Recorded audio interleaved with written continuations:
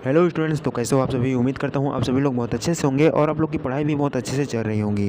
एक बार फिर से आप सभी का स्वागत करता हूँ आपका अपना YouTube channel pure education centre में। तो स्टूडेंट्स, आज हम आप लोग का जो हमारा चैप्टर 3 है हीट एंड टेम्परेचर यानी कि ऊष्मा और ताप, उसका हम लोग बेहद ही मोस्ट इंपॉर्टेंट आज क्लास देखने वाले हैं, जो कि आप लोग का टॉपिक रहेगा आप लोग का ऊष्मा का संचरण। ठीक है, तो वीडियो में आगे बढ़ने से पहले आप लोग को बता देना चाहूँगा कि आज की इस क्लास में आप लोग को क्या क्या देखने को मिलेगा। तो सबसे पहले मैं आप लोग को बताऊँगा ऊष्मा का संचरण होता क्या है, और इसके 3 प्रकार होते हैं जो कि होते हैं चालन, संवहन और विकिरण। इसको हम लोग जानेंगे कि वो क्या होता है, और हम देखेंगे कि जो इसके जो प्रकार है यानी चालन, संवहन, विकिरण, उसके जो प्रकार को भी आपके एग्जाम में पूछा जाता है, जो कि 3 नंबर के लिए बेहद इंपॉर्टेंट रहता है। उसको मैं आपको बताऊंगा, और साथ ही साथ आप लोगों को इससे 1 नंबर टाइप का क्वेश्चन भी बनता है, यानी कि 1 लाइनर या फिर ऑब्जेक्टिव टाइप में या फिर खाली स्थान में या फिर सही जोड़े मिलाइए करके पूछ देगा। तो उसके लिए मैं आप लोगों को यहाँ से क्वेश्चन निकाल के देने वाला हूँ, जो कि आपके एग्ज़ाम में 100% फंस सकता है। ठीक है, तो वीडियो पे बने रहिएगा, थोड़ा भी स्किप मत कीजिएगा। यदि आप थोड़ा भी 1 सेकंड का स्किप करते हैं तो आप लोग का कॉन्सेप्ट जो है क्लियर नहीं हो पाएगा, तो अब आप ही लोग को इसमें परेशानी होगा। ठीक है, तो चलो बिना किसी देरी के हम लोग क्लास को आगे बढ़ाते हैं। तो सबसे पहले हम लोग जान लेते हैं कि ऊष्मा का जो संचरण जो होता है वो होता क्या है। तो देखो, सबसे पहले आप लोग समझिए संचरण का मतलब क्या होता है। ठीक है, संचरण संचरण यानी कि जब किसी चीज़ का एक स्थान से दूसरे स्थान तक पहुँचना या फैलना ही क्या कहलाता है, संचरण कहलाता है। तो यहाँ पास बात हो रही है किसका, ऊष्मा का। ठीक है, यानी कि ऊष्मा का एक जगह से दूसरी जगह तक पहुंचना ही क्या कहलाता है, ऊष्मा का संचरण कहलाता है।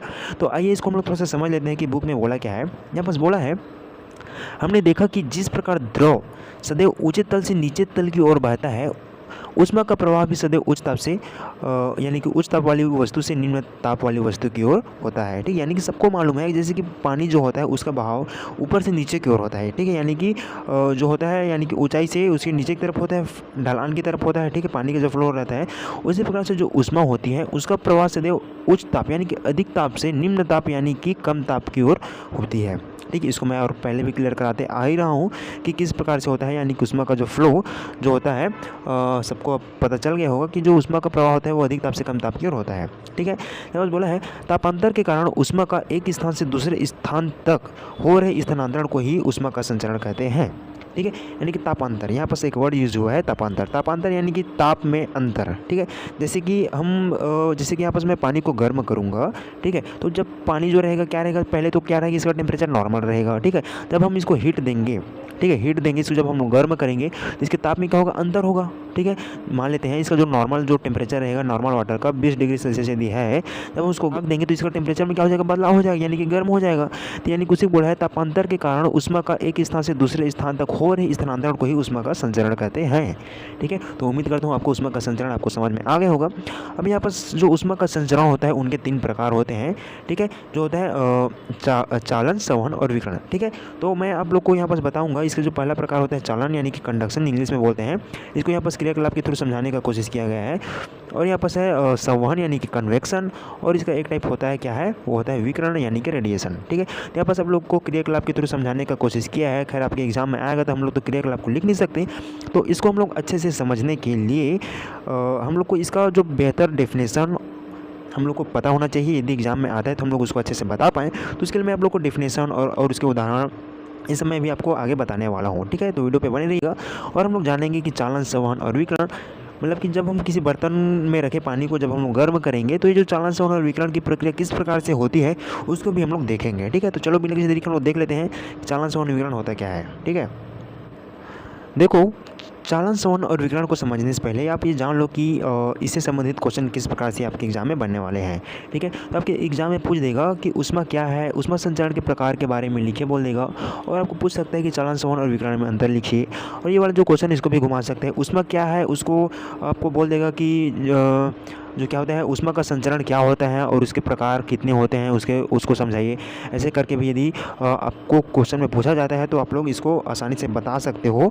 मैं भी आपको आगे बताने वाला हूँ। तो आपको तो ऊष्मा का संचरण क्या होता है आपको समझ में आ गया, और इसके तीनों प्रकार भी आपको मैं बताया हूँ कितने प्रकार के होते हैं। तो 3 प्रकार के होते हैं, अभी हम लोग एक एक को भी अच्छे से समझने वाले हैं। ठीक है, यदि आपका क्वेश्चन कुछ इस प्रकार से आता है, ऊष्मा क्या है, ऊष्मा संचरण के प्रकार के बारे में लिखिए करके यदि बोलता है, तो सबसे पहले आप लोग को ऊष्मा क्या होता है उसको बताना रहेगा, जो कि मैं आपको पहले से बताते आ ही रहा हूँ। तो आप लोग को भी यहाँ से छोटा सा बता देता हूँ कि जो ऊष्मा होती है एक प्रकार की एनर्जी होती है, यानी कि एक प्रकार की ऊर्जा होती है जो सदैव उच्च ताप से निम्न ताप की ओर क्या होती है, प्रवाहित होती है। ठीक है, जो अधिक ताप से कम ताप की ओर प्रवाहित होती है, और जो ऊष्मा होती है उसका ऐसे मात्रक क्या होता है, जूल होता है। ठीक है, तो चलो हम लोग जो ऊष्मा का जो संचरण होते हैं उसका हम लोग प्रकार चालन संवहन विकिरण को थोड़ा सा समझ लेते हैं। ठीक है, देखो यहाँ पर मैं चालन संवहन विकिरण का कुछ डेफिनेशन लिखा हूँ और इन सब का क्या उदाहरण भी यहाँ पर दिया गया है। तो आप लोग इसको जैसे यहाँ पर लिखा है उसको दैट इज आप लोग अपने कॉपी में नोट कर लीजिएगा। और रही बात तो इसको थोड़ा सा मैं इसको समझा देता हूँ ताकि आप लोग का कॉन्सेप्ट भी क्लियर हो जाए। तो सबसे पहले बारी बारी इसको समझने का कोशिश करते हैं और इसके एग्जांपल को भी देखेंगे कि किस प्रकार से चालन संवहन और विकिरण जो प्रोसेस होता है किस प्रकार से होता है, इसको भी हम लोग जान लेंगे। ठीक है, यहाँ पर चालन का जो डेफिनेशन बोला है, ठीक है, तो चालन का आप लोग को सबसे पहले परिभाषा बताना रहेगा। ठीक है, चालन संवहन विकिरण क्या होता है उसको जानने से पहले आप लोग को पता होना चाहिए इसका डेफिनेशन क्या होता है। ठीक है, तभी आपको ये अच्छे से समझ में आ पाएगा। यहाँ पर जो इसका परिभाषा बोलता है, चालन के द्वारा ऊष्मा पदार्थ के एक स्थान से दूसरे स्थान तक पदार्थ के कणों के द्वारा संचरण होती है। और इसके उदाहरण है लोहे की छड़ को एक सिरे से गर्म करने पर दूसरा सिरा भी, यहाँ पर लिख लेना, नहीं प्रिंट हो पाया है, दूसरा सिरा भी गर्म हो जाता है। ठीक है, यानी कि इसको थोड़ा सा समझ लो। इसका डेफिनेशन बोलता है कि जो चालन विधि होता है इसके द्वारा ऊष्मा का जो संचरण होता है वो पदार्थ में जो ऊष्मा का संचरण होता है, ठीक, वो पदार्थ के कण के द्वारा संचरण होता है। ठीक है, यानी कि जब किसी पदार्थ में ऊष्मा का संचरण होगा तो उस पदार्थ में मौजूद कण के द्वारा ही एक स्थान से दूसरे स्थान तक ऊष्मा का संचरण होगा। ठीक है, इसका उदाहरण है लोहे की छड़ को जब हम गर्म करते हैं तो एक सिरे को गर्म करते हैं तो दूसरा सिरा वहाँ पर गर्म हो जाता है। आइए उसको थोड़ा सा समझ लेते हैं। जैसे कि मैं यहाँ पर एक एग्जाम्पल ली हूँ जिसमें यहाँ पर आप लोग को दिख रहा होगा, यहाँ पर हम लोग मोमबत्ती के सहारे से हम लोग ये जो लोहे का रॉड है उसको हम लोग गर्म कर रहे हैं। तो जैसे हम लोग इसको गर्म करेंगे तो लोहे का रॉड का पहला सिरा जो शुरुआत सिरा जहाँ पर आग लगा है, ठीक है, वहाँ पर पहले गर्म होगा, फिर धीरे धीरे क्या होता जाएगा, पूरा रॉड गर्म हो जाता है। ठीक है, तो यह जो होता है चालन विधि के द्वारा होता है। तो ये जान लेते हैं कि जैसे कि ये क्या है, लोहे को गर्म करते हैं तो किस प्रकार से गर्म होता है, इसको भी थोड़ा सा यहाँ पर समझ लेना। तो जैसे कि यह क्या है, सबको पता है कि जो कोई भी पदार्थ रहता है वो छोटे छोटे कणों से मिलकर बना रहता है। जैसे कि यहाँ पर लोहा जो है उसका भी छोटे छोटे क्या रहते हैं, कण से मिलकर वो बने रहते हैं। ठीक है, जैसे कि हम लोग यहाँ पर इसको जला रहे हैं, ठीक, जैसे कि ये वाला जो सिरा है शुरुआती पॉइंट स्टार्टिंग जहाँ पर आग लग रहा है वो सिरा समझो यहाँ पर है। ठीक है, यहाँ पर उसको जब हम लोग गर्म करेंगे तो रॉड किस प्रकार से गर्म होगा उसी को यहाँ पर दर्शाया गया है। ठीक है, तो यहाँ पर जो ताप है पहले इसके एक कण में इसका जो क्या है पहला कण जो है वो गर्म होगा। ठीक है, फिर इसी प्रकार से इसका दूसरा कण गर्म हो जाएगा, फिर तीसरा कण गर्म हो जाएगा। इस प्रकार से एक एक करके इसके एक एक अणु के माध्यम से गर्म होते होते पूरे रॉड को क्या कर देता है, गर्म कर देता है। ठीक है, तो ये होता है आप लोग को चालन विधि। और आप लोग देखे होंगे जैसे कि यहाँ पर आप देख पा रहे होंगे चालन विधि में जब हम यहाँ पर बर्तन में रखे पानी को यहाँ पर हम लोग क्या कर रहे हैं, गर्म कर रहे हैं। ठीक है, तो जो जब आप हैंडल को पकड़ते हो तो वो भी क्या हो जा रहता है, गर्म हो जा रहता है। ठीक है, तो वह किसके द्वारा गर्म होता है, यदि पूछ देगा किस विधि के द्वारा, तो चालन विधि के द्वारा होता है। ठीक है, और देखो यदि हम बर्तन को भी गर्म करेंगे, खाना वाना बनाते हैं, ठीक है, तो बर्तन को गर्म करेंगे तो इसका पूरा बॉडी क्या हो जा रहता है, गर्म हो जा रहता है। ठीक है, तो होता है क्या, जैसे ये वाला जो सिरा में आग लगाए हैं तो धीरे धीरे क्या हो जाता है, पूरा जो बर्तन है क्या हो जाता है, गर्म हो जाता है। तो किस विधि द्वारा होता है, तो चालन विधि के द्वारा गर्म हो जाता है। ठीक है, यानी कि यहाँ का जो यहाँ पास जब हम लोग हीट देंगे, गर्मी देंगे, तो इसका जो ताप है पूरा बर्तन में कैसे फैलेगा, यानी कि कणों के माध्यम से। ठीक है, यानी कि इसका एक कण में क्या होगा, पहले गर्मी जाएगा, फिर दूसरे कण में जाएगा। ठीक है, फिर धीरे धीरे करते करते पूरा जो क्या है बर्तन को गर्म कर देता है। ठीक है, यानी कि वही बोला है, यानी कि ऊष्मा का जो संचरण होता है वो पदार्थ के कण के द्वारा क्या होता है, ऊष्मा संचरण होता है। ठीक है, उसी को चालन विधि बोलते हैं। ठीक है, तो आपको यहाँ पर उदाहरण से समझा दिया हूँ चालन विधि क्या होता है। ठीक है, अब चलो यहाँ पर हम समझ लेते हैं संवहन यानी कि कन्वेक्शन होता क्या है। ठीक है, यानी कि संवहन किसका आप लोग डेफिनेशन थोड़ा सा देखना। बोला है इस विधि में गैस तथा द्रव में ऊष्मा का संचरण होता है, जो कि बेहद इंपॉर्टेंट है। आप लोग को एक नंबर के क्वेश्चन में पूछ सकता है कि जो ऊष्मा का संचरण जो होता है किस में होता है, तो आप लोग को ऑप्शन दिया रहेगा। ठीक है, द्रव में होता है, ठोस में होता है, और ठीक है द्रव एवं गैस में होता है। ठीक है, तो यहाँ पर आपको पता होना चाहिए कि जो संवहन विधि द्वारा जो होता है ऊष्मा का संचरण गैस और द्रव में क्या होता है, ऊष्मा का संचरण होता है। ठीक है, गैस तथा द्रव में ऊष्मा का संचरण तब तक होता है जब तक ताप एक समान नहीं हो जाए। ठीक है, यानी कि संवहन विधि द्वारा जब किसी द्रव को गर्म करेंगे, ठीक है, जब हम किसी जल को गर्म करेंगे तो जो संवहन विधि तब तक उसमें होता रहेगा जब तक उस द्रव का तापमान एक समान नहीं हो जाता है। आइए उसको थोड़ा सा समझ लेंगे। यहाँ पर एग्जाम्पल के समझाऊंगा। इसका उदाहरण है आपका पानी गर्म करने पर ऊपर उठता है और ठंडा पानी नीचे आता है। ठीक है, जैसे यहाँ पर आप लोग एग्जाम्पल को देखिएगा, यहाँ पर एक बर्तन रखा गया है। ठीक है, तो संवहन विधि को समझने के लिए यहाँ पर हम लोग इंक डालते हैं। ठीक है, तो इंक डालेंगे तो होता क्या है, जैसे कि बर्तन है, ठीक है, बर्तन को क्या कर हम लोग यहाँ पास गर्म कर रहे हैं। तो होता क्या है, जैसे ही गर्म होगा ये बर्तन तो सबसे पहले इसका जो निचला सिरा क्या होगा, गर्म होगा। तो निचला सिरा गर्म होगा तो पानी का निचला जो भाग है, यानी कि पानी पूरा बर्तन में क्या है, भरा हुआ है, तो जो निचला हिस्सा का जो पानी वो पहले गर्म होगा। तो जब पानी गर्म होता है तो उसका जो डेंसिटी क्या हो जाता है, कम हो जाता है, उसका जो घनत्व रहता है कम हो जाता है, जिससे वो क्या होता है, ऊपर उठता है। ठीक है, ऊपर उठता है, और जो ऊपर का जो भारी जल होता है, ठीक है, जो भारी जल होता है वो क्या आता है, नीचे आता है। ठीक है, यानी कि गर्म करने पर जो यहाँ पास का जो जल रहेगा वो हल्का हो जाएगा, जिससे इसका डेंसिटी क्या हो जाता है, कम हो जाता है, और वे ऊपर उठता है, और जो ऊपर का जो भारी जल है वो क्या आता है, नीचे आता है। यानी किसी को, जैसे कि हम लोग ऊपर में इंक को डाले हैं, ठीक है, तो जब हम इसको गर्म करते हैं तो जो इंक जो है नीचे आ रहा है ना, तो इसी को यहाँ पर दर्शाने का कोशिश किया है। और आइए यहाँ पर थोड़ा सा समझना, जैसे कि ये देखो हम लोग पानी को गर्म कर रहे हैं। ठीक है, एक सेकेंड रुकिएगा। जैसे कि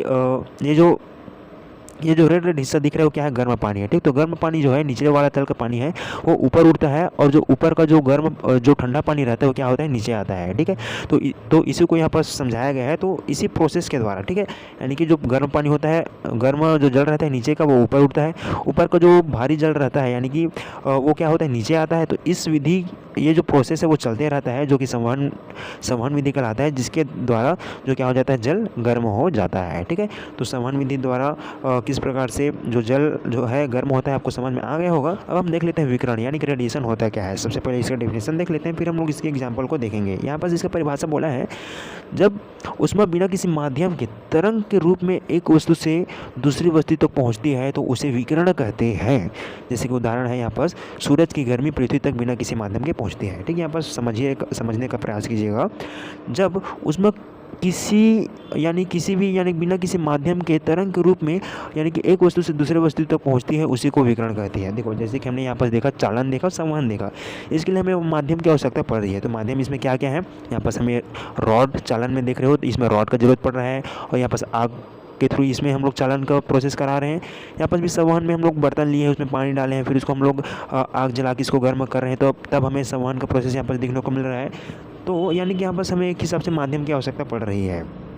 ठीक है, तो जो विकिरण होता है यानी कि रेडिएशन होता है, इसमें माध्यम की आवश्यकता नहीं होती। जैसे कि सूर्य का प्रकाश हमारे पृथ्वी तक आता है। ठीक है, तो जैसे कि हम लोग चालन में हुआ क्या था, हम लोग लोहे का रॉड को गर्म किए थे, यहाँ पर उसको हम लोग क्या किए थे, गर्म किए थे। ठीक है, तो पहला हिस्सा गर्म होता है, फिर धीरे धीरे पूरा रॉड गर्म हो जाता है। ठीक है, तो इसके लिए हमें क्या हुआ, माध्यम की आवश्यकता पड़ा। ठीक है, तो जो विकिरण विधि में ऐसा होता नहीं है, जो सूर्य का प्रकाश जो होता है हमारे जो पृथ्वी तक पहुंचती है वो रेडिएशन के थ्रू पहुंचती है, यानी कि विकिरण के थ्रू पहुंचती है। तो इसी को यहाँ पास बोला गया है। ठीक है, और आप लोग गौर किए होंगे, जैसे कि हम लोग ठंडी के दिनों में या फिर हम लोग चूल्हे के पास बैठे रहते हैं, तो हमारे जो शरीर तक जो ताप आता है, जो गर्म हम लोग का आभास होता है, ठीक है, तो रेडिएशन के थ्रू हमारे शरीर तक पहुंचता है। यानी कि जो रेडिएशन जो होता है वो तरंग के माध्यम से हमारे शरीर तक पहुंचता है। ठीक है, तभी हमें गर्मी का एहसास होता है। ठीक है, तो इसी को बोलते हैं विकिरण यानी कि रेडिएशन। ठीक है, तो आपको उम्मीद करता हूँ चालन, संवहन, विकिरण आपको समझ में आ गया होगा। और आइए थोड़ा सा इसके एग्जाम्पल को और अच्छे से मैं थोड़ा सा समझा देता हूँ यहाँ पर। तो मैंने आप लोग को चालन को बता दिया, ठीक है, कि किस प्रकार से चालन विधि होता है। ठीक है, और जैसे कि चालन विधि में जैसे कि पानी को गर्म करेंगे तो आपका जो रॉड रहता है हाथ पकड़ने का, या फिर यदि हम इसमें चम्मच को डाल दिए रहेंगे तो भी क्या हो जा रहता है, गर्म हो जा रहता है। वो किसके थ्रू होता है, चालन के द्वारा होता है। ठीक है, और जब हम पानी को गर्म करते हैं तो जो पानी गर्म होता है तो जो प्रोसेस जो होता है वो क्या कहलाता है, संवहन विधि कहलाता है। जैसे कि यहाँ पर आप देख पा रहे होंगे कि संवहन विधि किस प्रकार से हो रहा है। और विकिरण विधि में होता क्या है, जैसे कि हम लोग यहाँ पर आग जलाए हुए हैं तो हमारे शरीर तक जो ताप पहुँचता है, ठीक है, जो गर्मी पहुँचता है वो रेडिएशन थ्रू हमारे शरीर तक पहुँचता है, वही क्या कहलाता है, रेडिएशन कहलाता है। ठीक है, अब यहाँ पास आपके बुक में दिया है हवा का चक्र, जो कि संवहन विधि के द्वारा होता है। तो इसको चलो हम थोड़ा सा समझ लेते हैं। तो देखो यहाँ पास होता क्या है, यहाँ पास लेफ्ट साइड में दिया है दिन का चित्र दिया है, और यहाँ पास राइट साइड में दिया है रात का चित्र दिया है। आपके चित्र यहाँ पास देख पा रहे होंगे, इसमें दिया है सूर्य दिया है, यहाँ पास रेत दिया है, और यहाँ पास नदी का जल दिया हुआ है। ठीक है, तो देखो मॉर्निंग में होता है क्या है, जब सुबह रहता है तो जब सूर्य निकलता है, ठीक है, तो सूर्य के प्रकाश से रेत क्या हो जाएगा, पहले गर्म हो जाएगा। ठीक है, तो जो सूर्य के प्रकाश से रेत क्या हो जाता है, गर्म हो जाता है, और जो पानी जो रहता है वो क्या होता है, धीरे धीरे गर्म होता है। यानी कि जब आप मॉर्निंग के टाइम में जब आप देखोगे, यहाँ पर रेत रहेगा जस्ट उसके पास ही, और पानी रहेगा, जब आप दोनों को जब आप टच करके देखोगे तो जो रेत क्या रहेगा, अधिक गर्म रहेगा, और पानी क्या रहेगा, धीरे धीरे क्या होता है, गर्म रहता है। यानी कि ना के बराबर में क्या रहता है, गर्म रहता है। ठीक है, तब जो इसमें होता क्या है, जैसे कि यहाँ पास गर्म रेत है, ठीक है, सूर्य के प्रकाश से ये यहाँ का रेत क्या है गर्म हो गया है, और यहाँ पास जो है हल्का गर्म है, यानी कि ये ठंडा है समझो इसके मुकाबले, ठीक है। तो जो रेत है उसके ऊपर को जो हवा रहेगा वो क्या रहेगा, गर्म रहेगा, ठीक है। तो यहाँ से क्या उठेगा, गर्म हवा उठेगा, और जो हमारे नदी का जो जल रहता है उसके ऊपर का जो हवा रहेगा क्या रहेगा, ठंडी रहेगा, ठीक है। तो होता क्या है, तो जो ठंडी हवा जो हो रहता है वो गर्म हवा की ओर जाती है, और गर्म हवा जो हो रहता है वो ठंडी हवा की ओर जाता है। इस प्रकार से साइकिल बनता है जो क्या कहलाता है, हवा का ये चक्र कहलाता है, और जो संवहन विधि के द्वारा यह प्रोसेस होता रहता है। उसी प्रकार जब आप नाइट में देखोगे तो नाइट में होता क्या है कि जो हमारे जो रेत रहेगा, ठीक है, ज़मीन का जो रेत रहेगा वो हमारे जो नदी में जो पानी है उसके मुकाबले अधिक ठंडी रहेगा, और जो हमारी नदी का पानी रहेगा वो गर्म रहेगा अपेक्षा किसका, रेत का, ठीक है। जब आप इसको टच करके देखोगे तो आपका नदी का पास में जो स्थित रेत रहेगा वो ठंडी रहेगा, और आपका जो पानी रहेगा थोड़ा सा गर्म रहेगा। आप लोग सुबह नहा कर भी देखे होंगे, रात में भी नहा कर देखे होंगे, पानी क्या रहता है, गर्म रहता है। तो इस प्रकार से जो ठंडी रेत रहेगा उसके ऊपर को जो हवा रहेगा क्या रहेगा, ठंडा रहेगा, ठीक है। आप देख पा रहे हो ठंडा हवा रहेगा, और जो पानी रहता है उसके ऊपर का हवा गर्म रहता है, ठीक है।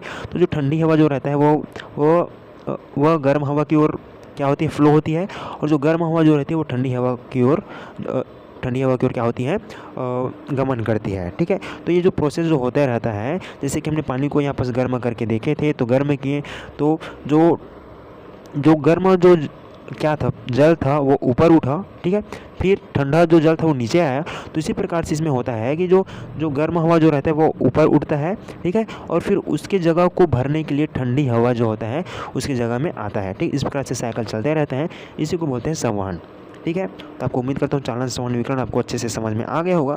तो चलो अब हम यहाँ पर समझ लेते हैं आपका जो मोस्ट इंपॉर्टेंट है इसका चालन, संवहन और विकर्ण में अंतर, ठीक है।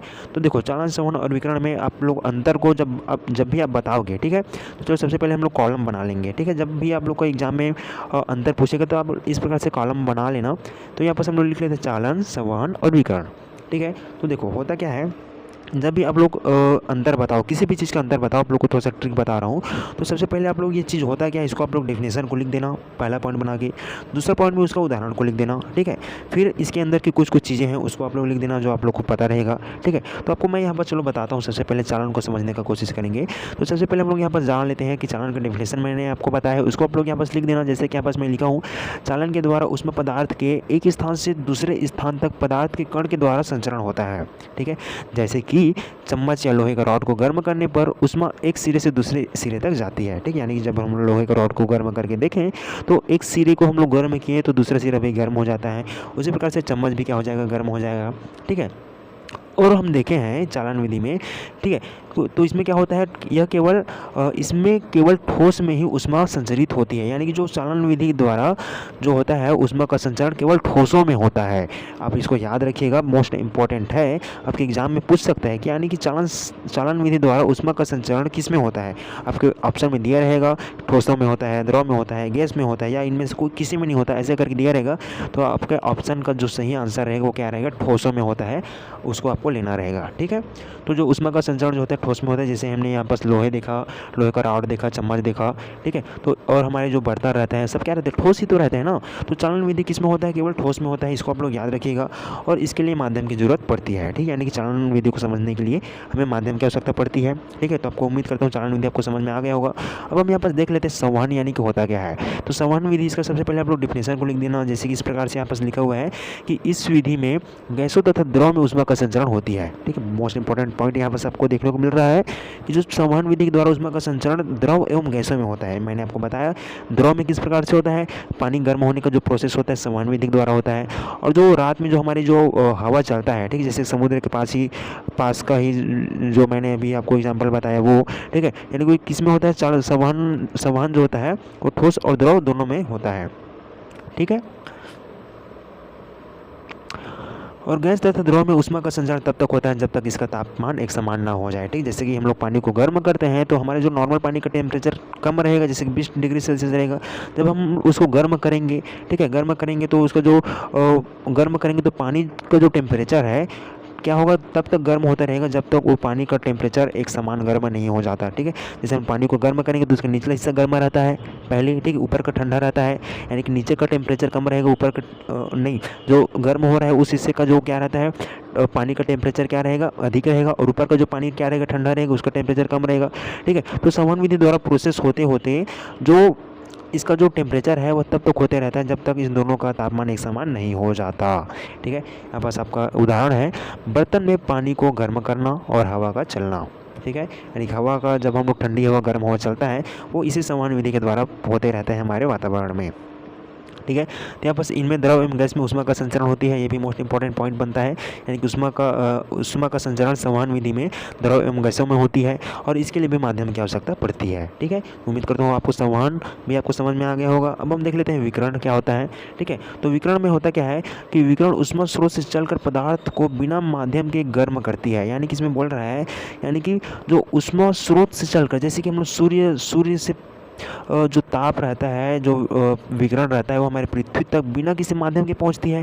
ठीक है, तरंग के माध्यम से क्या होती है हमारी पहुंचती है, यानी कि बिना किसी माध्यम के हमारी पृथ्वी तक पहुंचती है। उसी को बोला है कि विकिरण ऊष्मा स्रोत से चलकर पदार्थ को बिना माध्यम के गर्म करती है। ठीक है, जैसे कि सूर्य के सामने पानी से रखी बाल्टी क्या हो जाता है, गर्म हो जाता है, और पानी भी इसमें रखा पानी भी क्या हो जाता है, गर्म हो जाता है, यानी बाल्टी भी गर्म हो जाता है, पानी भी गर्म हो जाता है, वो विकिरण के कारण होता है। ठीक है, इसमें ऊष्मा का जो संचरण होता है वो ठोस, द्रव और गैस तीनों में होता है। ठीक है, ये पॉइंट को भी आप लोग याद रखिएगा कि विकिरण विधि में ऊष्मा का संचरण ठोस, द्रव और गैस तीनों में होता है और इसके लिए माध्यम की आवश्यकता नहीं पड़ती है। ठीक है, तो यहाँ पर आप लोग को चालन, संवहन, विकिरण का अंतर यहाँ पर सब देख पा रहे होंगे। इसमें आप लोग का सिंपल से इसका मैंने यहाँ पर पहले डेफिनेशन को लिखा, फिर जो होता है चालन विधि ठोसों में होता है, और संवहन विधि जो होता है द्रव और गैस में होता है, और विकिरण जो होता है ठोस, द्रव और गैस तीनों में होता है। चालन विधि के लिए हमें माध्यम की आवश्यकता पड़ती है और संवहन विधि के लिए भी हमें माध्यम की आवश्यकता पड़ती है, और हमें विकिरण में माध्यम की आवश्यकता नहीं पड़ती है। ठीक है, तो आपको उम्मीद करता हूँ आप लोगों को चालन, संवहन और विकिरण आपको अच्छे से समझ में आ गया होगा। ठीक है, जो कि मोस्ट इंपॉर्टेंट है आपके एग्जाम के पॉइंट ऑफ व्यू से, आपके 3 नंबर में ये आप पूछ सकता है। ठीक है, तो चलो यहाँ पर टाइम भी काफ़ी ज़्यादा हो चुका है, तो सबसे फटाफट यहाँ से जितने भी 1 नंबर टाइप का क्वेश्चन बनेगा और आपके एग्जाम में आ सकता है उसको हम लोग यहाँ पर देख सकते हैं, और इसका मैं आंसर भी आप लोग को बताते चला जाऊँगा। यहाँ पर आप देख पा रहे होंगे, आप लोग का पहला क्वेश्चन बोला है ऊष्मा का एसआई मात्रा क्या होता है, तो सबको पता है ऊष्मा का एसआई मात्रा क्या होता है, जूल होता है। ठीक है, तो इसका आंसर है जूल, ऊष्मा का एसआई मात्रा जूल होता है। यहाँ पर दूसरा क्वेश्चन बोला है ऊष्मा संचरण के कुल कितने प्रकार होते हैं, तो मैंने आपको बताया ऊष्मा संचरण के कुल 3 प्रकार होते हैं। वो कौन कौन से होते हैं, चालन, संवहन और विकिरण। ठीक है, सिंपल से क्वेश्चन है और इसी प्रकार के क्वेश्चन आपके एग्जाम में आते हैं ना। और यहाँ पर क्वेश्चन नंबर 3 बोला है ऊष्मा का संचरण केवल चालन द्वारा हो सकता है, तो देखो सबको मालूम है, मैंने आपको अभी जस्ट बताया रिसेंटली में ही कि जो चालन विधि द्वारा जो ऊष्मा का संचरण केवल ठोसों में होता है। ठीक है, तो यहाँ पास आपके ऑप्शन में दिया है ठोस दिया है, द्रव दिया है, गैस दिया है, उपयुक्त सभी दिया है, तो हमारा सही आंसर क्या हो जाएगा, ऑप्शन ए ठोस, यानी कि ऊष्मा का संचरण ठोस में होता है। ठीक है, और हम यहाँ पर देखेंगे ऊष्मा का संचरण केवल संवहन द्वारा होता है। मैंने आपको बताया कि जो ऊष्मा का संचरण जो होता है किस में होता है, द्रव और गैस में होता है, तो यहाँ पर आपका ऑप्शन बी सही हो जाएगा। ठीक है, और ऊष्मा का संचरण केवल विकिरण के द्वारा हो सकता है। ठीक है, तो यहाँ पर ऑप्शन दिया ठोस में, द्रव में, गैस में या इनमें से कोई नहीं। तो देखो यहाँ पर ऑप्शन डी गलत लिखा गया है, हमें हमारा जो ऊष्मा का संचरण होता है वो ठोस, द्रव, गैस तीनों में होता है, तो आपका ऑप्शन डी क्या रहेगा, उपयुक्त सभी। यहाँ पर आपका ऑप्शन डी सही हो जाएगा और इसमें थोड़ा सा सुधार करना पड़ेगा, उपयुक्त सभी में होता है। ठीक है, और यहाँ पर 6वां क्वेश्चन आपको देखने को मिल रहा होगा उसमें कोई पदार्थ नहीं है बल्कि खाली स्थान है। तो अब मैं आपको शुरू में ही बताया, और जब मैं उसमें को डेफिनेशन बताया, तो उसमें जो होती है प्रकार की ऊर्जा होती है, यानी कि एक प्रकार की एनर्जी होती है। ठीक है, तो इसलिए यहाँ पर इसका जो खाली स्थान में क्या हो जाएगा, ऊर्जा आ जाएगा, यानी कि उसमें कोई पदार्थ नहीं है बल्कि क्या है, ऊर्जा है। ठीक है, और हमारा 7वां क्वेश्चन है ऊष्मा सदैव प्रवाहित होती है। यहाँ पास आपका ऑप्शन देखने को मिल रहा होगा अधिक ताप से कम ताप की ओर, दूसरा है यानी बी है कम ताप से अधिक ताप की ओर, सी है ए व बी दोनों, और डी है इनमें से कोई नहीं। तो आपको मैं बताते आ ही रहा हूँ कि जो ऊष्मा का जो फ्लो रहता है, ठीक है, वो अधिक ताप से कम ताप की ओर होता है। तो इस प्रकार से हमारा ऑप्शन ए सही हो जाएगा, अधिक से कम ताप की ओर। ठीक है, अब हमारे यहाँ पास क्वेश्चन नंबर 8 है माध्यम की आवश्यकता नहीं होती। ठीक है, देखो चालन के लिए भी माध्यम की आवश्यकता होती है और संवहन के लिए भी माध्यम की आवश्यकता होती है। हमारा जो विकिरण जो होता है वो ऐसा जो टाइप होता है जिसमें हमें माध्यम की आवश्यकता नहीं होती, यानी वो डायरेक्ट सीधा किसी चीज़ को, किसी वस्तु को क्या कर देती है, गर्म कर देती है। ठीक है, किसके कारण? रेडिएशन के कारण, यानी विकिरण के कारण। तो ऑप्शन डी, ऑप्शन सी यहाँ पर सही हो जाएगा आपका 8वां क्वेश्चन का। अब हमारा लास्ट क्वेश्चन है, ठंडे पानी को जब हम गर्म किया जाता है तो उसमें कौन सी क्रिया द्वारा होती है। ठीक, जब हम पानी को गर्म करते हैं, ठंडे पानी को गर्म करते हैं, तो किस प्रोसेस के द्वारा, किसके कारण, किस विधि के कारण वह गर्म होती है। यहाँ पर आपका ऑप्शन दिया है चालन, संवहन, विकिरण या इनमें से कोई नहीं। तो सबको पता है कि जो पानी ठंडे पानी से गर्म करते हैं वो संवहन विधि के द्वारा होता है, इसलिए आपका ऑप्शन डी हो जाएगा सही।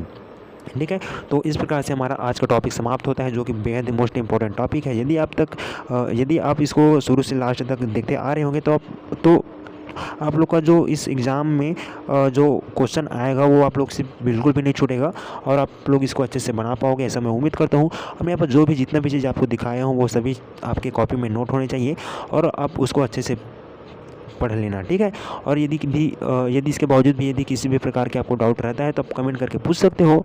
ठीक है, हम लोग उसको रिप्लाई ज़रूर करेंगे। ठीक है, तो उम्मीद करता हूँ आपको आज का क्लास पसंद आया होगा। यदि वीडियो पसंद आया होगा तो वीडियो को लाइक कीजिएगा और चैनल में नए तो हमारे चैनल को सब्सक्राइब कीजिएगा। ठीक है, थैंक्स फॉर वॉचिंग।